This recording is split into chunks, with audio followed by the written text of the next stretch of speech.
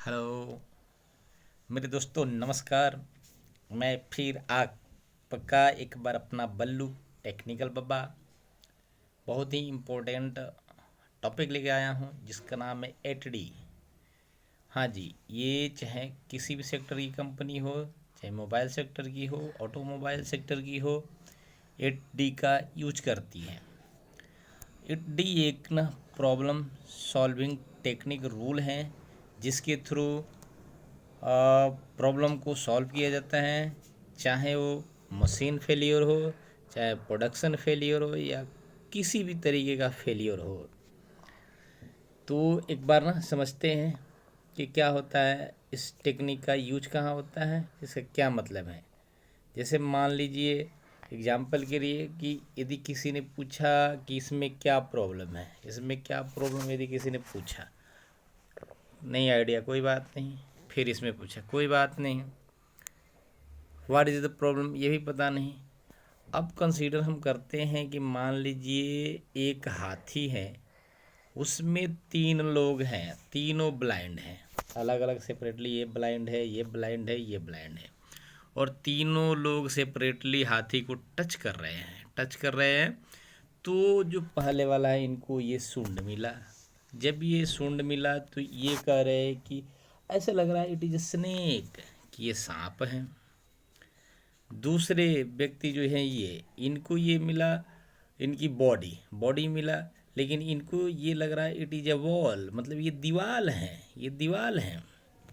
और थर्ड जो है, उनको उसकी पूँछ मिली है, ये पूँछ मिली है। तो ये कह रहे हैं कि इट इज़ अ ब्रांच, लगता है इनको ये ब्रांच है, शाखा है, डाली है। तो कुल मिला जुला के ये है कि प्रॉब्लम ना हमेशा लोग, अलग अलग पीपुल अलग अलग तरीके और अलग अलग नज़रिए से देखते हैं, और अलग अलग से जनरेट भी होता है। तो उसी प्रॉब्लम को चाहे जिसके थ्रू हम मिनिमाइज कर दे या कंप्लीटली रिमूव कर दे, उसके लिए यूज करते हैं। समझ में आया ना सर आप लोगों को क्या है एडी? एडी का सीधा मतलब होता है कि people are mostly different way, different people analyse the problem. देखते एक बार हिस्ट्री, हिस्ट्री क्या है इसकी।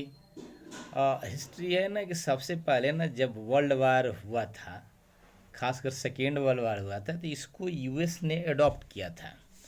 यूएस की कंसल्टेंट ने बनाया था, लेकिन उनको ये इतना अच्छा लग गया कि बाद में वो रेफर अपने मिलिटेंट्स को दे दिया, जिनमें डिफेंस में कार्य। 1974 में उसने मिलिटेंट्स को दे दिया।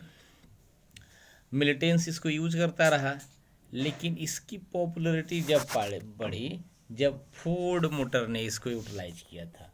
फोर्ड मोटर ने लिया इसको सबसे पहले। फोर्ड मोटर जब लिया, फिर इसकी पॉपुलैरिटी ज़्यादा बढ़ गई, और फोर्ड मोटर उसको क्या किया, डॉक्यूमेंट में ले लिया, फिर अपने लिए हो गया, एज ए टीम ओरिएंटेड काम कराने लगा। उसके बाद कस्टमर आए, उनकी ज़रूरत पड़ी। उसके बाद बहुत सारे कॉन्टीन्यूस इम्प्रूवमेंट आ गए, लगातार इम्प्रूवमेंट होते रहे। अब तो लास्टली ये आईसो भी 9001 2015 ने क्लॉज नंबर 8.3 में ऐड कर दिया है। तो एक्चुअली अब रियल में डिफिनीसन हम बता पाए तो क्या बताएंगे एडी का डिफिनीसन। यदि कोई पूछता है कि रियल में एडी क्या है, तो एडी एक ना मेथोडोलॉजी है जो रूट कॉज को आइडेंटिफाई करती है और करेक्ट करती हैं, और उसको प्रॉब्लम को एलिमिनेट करके एज ए टीम अप्रोच काम करती हैं और प्रॉब्लम को सॉल्व करती हैं। इस टाइप के तरीके को 8D कहा जाता है। अब 8D का यूज कहाँ है, कहाँ पे यूज हो सकता है, इसकी कहाँ कहाँ ले सकते हैं। तो किसी भी केस में, चाहे वो किसी भी केस में, चाहे वो स्पेशल कॉज हो, चाहे कॉन्टीन्यूस इम्प्रूवमेंट क्वालिटी के लिए यूज करे, चाहे कस्टमर कंप्लेंट हो, कहीं भी प्रॉब्लम आया है उसमें हम 8D का प्रयोग कर उस प्रॉब्लम को हम सॉल्व कर सकते हैं। मेजर नॉन कॉन्फॉर्मेंस आया हो, क्रॉस फंक्शनल टीम किसी ने बताया हो कि ये काम करो, कोई कॉज आ गया जो अननोन है, या कुछ ऐसे इशू आ गए जो बार बार आ रही हैं, कुछ ऐसे हैं कि हमें कुछ चेंज करना है, इस सारे टॉपिक के लिए इसका यूज करते हैं। अब देख लेते हैं इसका ओवरव्यू कि 8D में पहला डी क्या होता है। इससे आप लोगों को इतना ही जानना है, यही प्रोसेस आपको चाहिए कि D1 का क्या मतलब होता है। D1 में होता है टीम फॉर्मेशन। मान लीजिए कोई एक प्रॉब्लम आया है तो उसमें आपको सबसे पहले यही करना होगा कि D1 ये कहता है कि पहले टीम बनाओ कि क्या है, कौन कौन लोग रहेंगे। चलिए इसके बारे में हम एक्सप्लेन कर देंगे सब सारे डिटेल में, लेकिन एक बार बता दूँ टीम फॉर्मेशन के क्या मतलब होता है। तो टीम फॉर्मेशन होता है, उसके बाद दूसरा होता है डिस्क्राइब द प्रॉब्लम, को डिस्क्राइब करना। तीसरा होता है यदि कस्टमर की पे कोई एनजी न जाए, कोई प्रॉब्लम न जाए, स्टॉक में बनाए रखना। चौथा होता है कि उसके रूट कॉज को पता करना कि क्या है। तीसरा होता है कि यदि रूट कॉज मिल गया तो उस पर एक्शन लेना, परमानेंट एक्शन लेना। और नेक्स्ट होता है कि यदि परमानेंट एक्शन ले लिए तो उस को वैलिडेशन करना, इम्प्लीमेंट करना। और लास्ट होता है कि फिर वो दोबारा ना आए, नेक्स्ट वाले में फिर वो दोबारा ना आए, इसकी वैलिडेशन करना, उसको रोकना। और लास्ट में होता है कि रिकॉग्नाइज कर अपनी टीम को अप्रेजल करना। अब एक एक को देख लेते हैं। इससे पहले ना एक D0 आता है। D0 को कहीं नहीं एक्सप्लेन किया गया है क्योंकि एडी के नाम से D1 से लेकर D8 तक बातें होती है। D0 का सीधा मतलब है प्लानिंग से। यदि कहीं पे कोई प्रॉब्लम आने वाली है या आ गई है तो प्लानिंग मेन रोल होता है। तो उसको D0 और D8 को प्लानिंग भी कहा जाता है। तो जो भी हम प्रोसेस करते हैं, जिसके लिए हम प्रिपेयर करते हैं, उसको हम D0 में रखे हैं। जैसे मान लीजिए कि कुछ भी है, what kind of preparation is done here, कौन सा किस प्रकार की क्या क्या टूल चाहिए, कैसे लोग चाहिए, क्या हमें चाहिए, क्या करना है, बहुत सारे जो होते हैं उस जो भी प्लानिंग करते हैं, टाइम मैनेजमेंट करते हैं, उसके अकॉर्डिंग हम D0 बोलते हैं। अब D1 देखते हैं।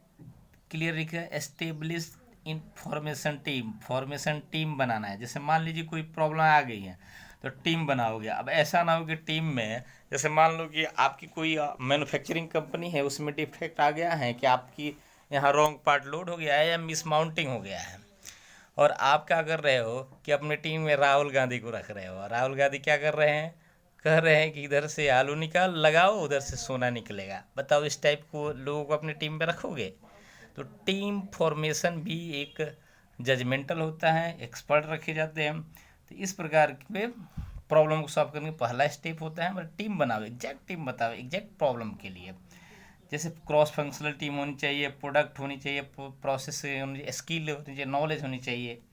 और जो टीम भी हो ना वो एक्सपर्ट हो, जैसे नॉलेज वाले हो, एक्सपीरियंस हो, कंप्यूटर, उनको रूट कॉज की एनालाइज आती हो, वो इम्प्लीमेंट कर सके, बार बार वो इफ़ेक्टिवनेस को चेक कर सके, मॉनिटर कर सके, और वो अपने टीम को के लिए सपोर्ट कर सके। तो इस प्रकार की टीम बनाया जाता है। और दूसरा ड्यूटी होता है वो होता है डिस्क्राइब द प्रॉब्लम। अब बातें आती हैं, जब टीम बन गई तो बातें आती हैं कि प्रॉब्लम क्या है। अब प्रॉब्लम कुछ भी होती है। Define quantity and describe the problem, मैंने दिखाई आपको क्या आया, प्रोडक्शन में कितना दिक्कत हुआ, क्या हुआ, सबको description. Out of customer inspection report failure effect, यदि कस्टमर की फेलियर इफेक्ट है तो उसमें क्या क्या है, एग्जैक्ट क्वांटिटी, प्रोडक्ट फेलियर क्या है, उसकी करेक्टरिस्टिक क्या है। सबसे पहले इसमें वही आता है 5W1H, मतलब क्या, वाट, कौन, हूँ, वेन, कब, वेयर, कहाँ, और हाउ, कैसे। इससे हम क्वेश्चन पूछ के पता कर लेते हैं कि क्या, कब, कैसे कैसे हुआ। D3 होता है डेवलपमेंट इंटरिम काउंटरमेंट एक्शन, मतलब ये सीधा कहता है कि यदि आपने कुछ इम्प्लीमेंट किया है या कुछ आपको प्रॉब्लम आया है तो कम से कम कस्टमर तक नहीं जाना चाहिए। मटेरियल हुआ, रॉ मटेरियल हुआ, फिनिश गुड्स हुआ, गुड हुआ, कस्टमर सप्लायर तक ट्रांसफ़र नहीं होना चाहिए, नहीं गलत डेटा वहाँ भेजना चाहिए। तो उसको मॉनिटर करना, उसके स्टेटस को वेरीफाई करना, उसकी इफेक्टिविटी को जानना, ये। तो इस प्रकार के पॉइंट को हमेशा ना क्लीन पॉइंट में लिख देंगे कि जब हम अब डिलीवर करेंगे कस्टमर को देंगे तो अच्छे पार्ट देंगे, गुड पार्ट देंगे जो डिफेक्ट फ्री हो। D4 होता है define and verify root cause and escape point. RCA होता है, इसमें बेसिकली जिस प्रोसेस के लिए होता है, चाहे मशीन हो, चाहे प्रोसेस हो, चाहे क्वालिटी हो, कोई भी हो, 3 टीमें लगती हैं जो आइडेंटिफाई करती हैं, वेरीफाई करती है, एक्चुअल रूट कॉज तक जाती हैं। तो रूट कॉज भी किसी भी तरीके से या तो आरसी के थ्रू निकालो, रूट कॉज एनालिसिस कर लो, चाहे 5YY रूल लगा लो, ये जैसे YY एनालिसिस कर लो, या फिश बोट डायग्राम कर लो। ये सारे होते हैं ना, ये सारे वही है प्रॉब्लम सॉल्व टेक्निक अप्रोच होते हैं जो अक्सर लोग करते हैं। अब D5 होता है कि अब आपने RCA भी लगा लिया तो आपने परमानेंट करेक्टिव एक्शन आपको लेना पड़ेगा। तो इसके लिए करेक्टिव एक्शन वेरीफाई करना पड़ेगा कि उसका एवोल्यूशन क्या हुआ, उसका वैलिडेशन क्या है, क्या वो प्रॉब्लम सही हुआ कि नहीं, उसकी एडवांटेज क्या हैं, डिसएडवांटेज क्या है, और सबसे बड़ी होती है उसका टारगेट होता है कि उसमें क्या सेविंग हो रहा है, टाइम या कॉस्ट, किस चीज़ का। तो D5 ये कहता है। D6 कहता है कि यदि इम्प्लीमेंट कर दिए तो वैलिडेशन करना पड़ेगा कि क्या वो सही है, क्या उसका प्रूफ हमारे पास है। Implementation and validation of the corrective action, proof of effectiveness after the implementation, the effectiveness of implemented action must be checked। क्या क्या, जैसे प्रोवोकेशन टेस्ट, क्या किसी ने ऐसा ना हो जानबूझकर उसके साथ छेड़खानी किया हो। लॉन्ग टर्म चेक प्रोसेस, क्या ये ज़्यादा दिन तक चलेगा, इसकी फेल्योर एनालिसिस क्या है, आगे प्रॉब्लम तो नहीं आएगी, क्या प्रॉब्लम सॉल्व हो गया, क्या कस्टमर के पास तो फिर डिफेक्ट बन के जाएगा नहीं। इस प्रकार की सारी बातें आती हैं। D7 जो आता है वो होता है implement to prevent the recurrence.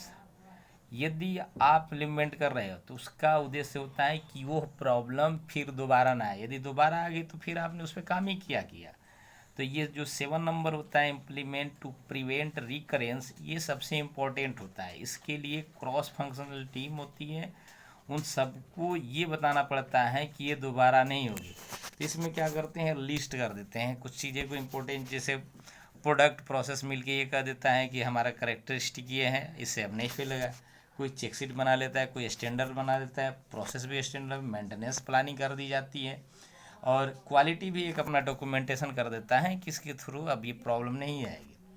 और लास्ट वाला होता है, वही होता है कि अच्छे कर्मों का नतीजा होता है। यदि आप सबने मिलके अच्छा कर्म किया तो आपको इसका अप्रेजल मिलना चाहिए। यदि किसी प्रॉब्लम को आपने एज ए टीम मिलके काम किया है और प्रॉब्लम सॉल्व हो गया है तो आपको अप्रेजल मिलना चाहिए। तो इसमें क्या करना, फाइनली जो रिपोर्ट बनाए हो उसको फाइनलाइज करना होता है, और जो टीम उस मुकाम को पाई है उसको अप्रेजल करना होता है, कहीं टूर पे भेजना होता है, पार्टी करनी होती है, या कुछ भी एज ए मनी भी हम उनको, या प्रमोशन करना होता है, हम उनको अप्रेजल के तौर पे हम दे सकते हैं। और लास्ट में अप्रूवल लेते हैं और फिर एडी हम प्रोसेस को ख़त्म कर देते हैं। तो इस प्रकार यही होता है कि लास्ट वर्ड यही होता है, according to me, if the only tool you have is a hammer you tend to see every problem as a nail. सीधी मतलब है, यदि आपके पास हथौड़ा है तो आपको सारा प्रॉब्लम ही छोटा लगना चाहिए, क्योंकि एक तो उसका निष्कर्ष यही निकलेगा कि मार के तोड़ दो। तो धन्यवाद दोस्तों, यदि आपको ये सही लग रहा हो तो सब्सक्राइब करें और मेरे चैनल को प्रमोट करें जिससे आगे बढ़े। Okay, thank you.